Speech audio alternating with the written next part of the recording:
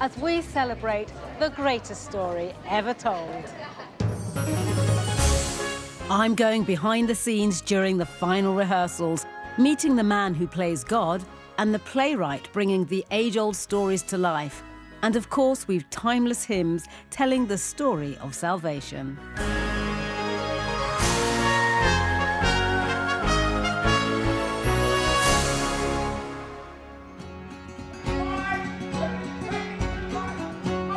Chester is one of Britain's oldest cities. In fact, there was a Roman settlement here only 70 years after the birth of Christ. These city walls were built after the Normans' arrival around 1000 AD, and then in the 15th century an ancient tradition began which has been going strong ever since.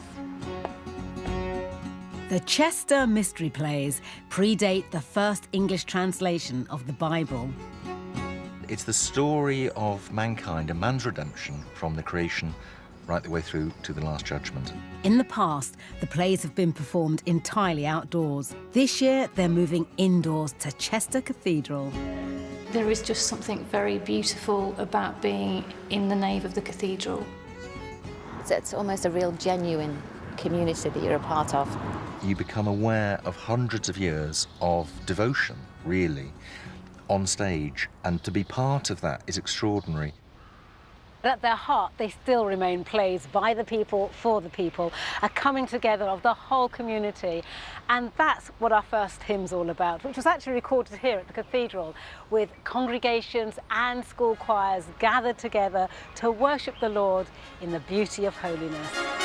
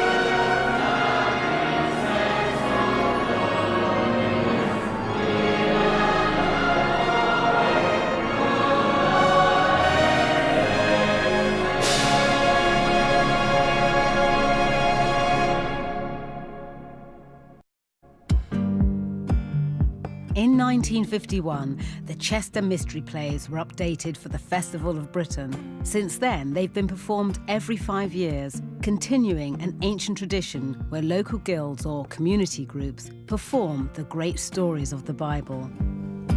For 2013, they've been adapted by writer Stephanie Dale. I will hence and trace my path. Well, I think the most important decision that we made very early on was that we wanted to work with the local community as much as we could. And what was important to us was to find a way of updating the guilds, the people who would put on the plays now, the teachers, the commuters, the tourists, the gay community, the homeless community. So, for example, creation, the most logical thing to do with creation was to give it to the teachers. And so the Teachers Guild is now performing creation, which is a lesson to Year 4. At my bidding, may it be light. Light is good, I see in sight. Do you ever worry about it being a little bit irreverent? I think we have tried extremely hard to look at each individual play and look at the tone of it.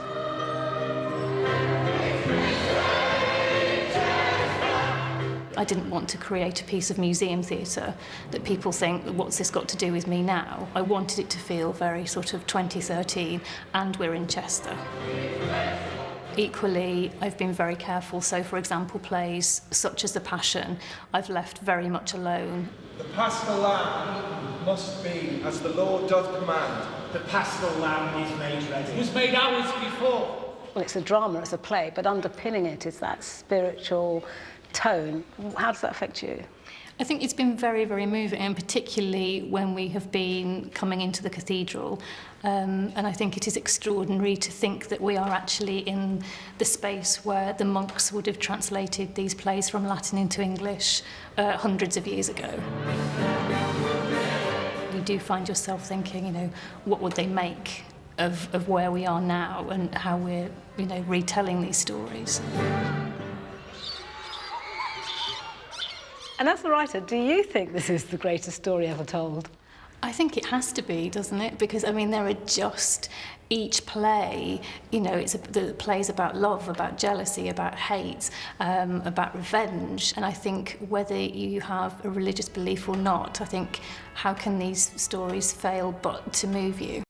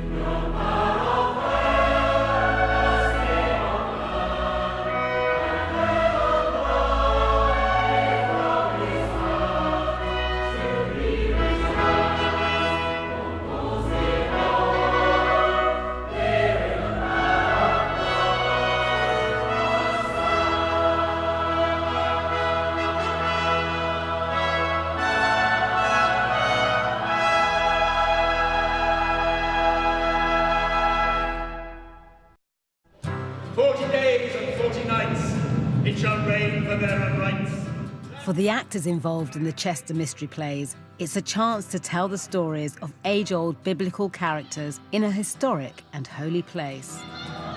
The building itself and the sort of hundreds of years of spirituality in the place come to be part of the production as well. It's in a funny kind of way, the building becomes a character in the play as well.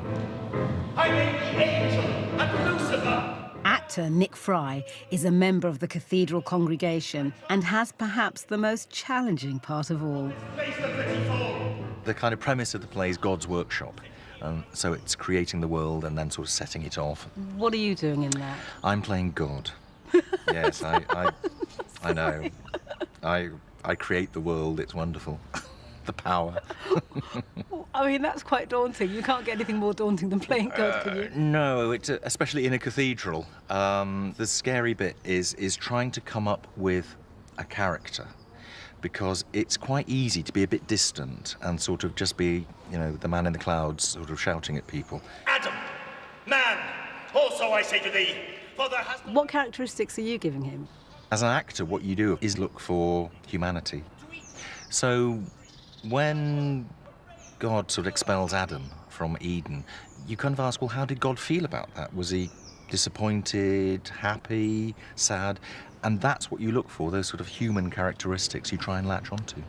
So it was this experience that has brought you to an understanding of God's humanity? Oh, absolutely, yeah. As a person of faith, that reveals something to you that perhaps you hadn't expected to discover. It's that sense of seeing God as a person, not just as a concept or as an abstract being, but as an actual person, is quite interesting. And it's something actually I hadn't expected to have happen. It is for your sins I behight, to make reckoning of the right. When you think of approaching the divine in terms of humanity, of course you think of Jesus. And perhaps God is not necessarily seen as that human a figure. But when you start thinking about it, of course, man was created in God's image, so there must be humanity there. And when you go and look for that and you find it, then that's quite revealing, actually.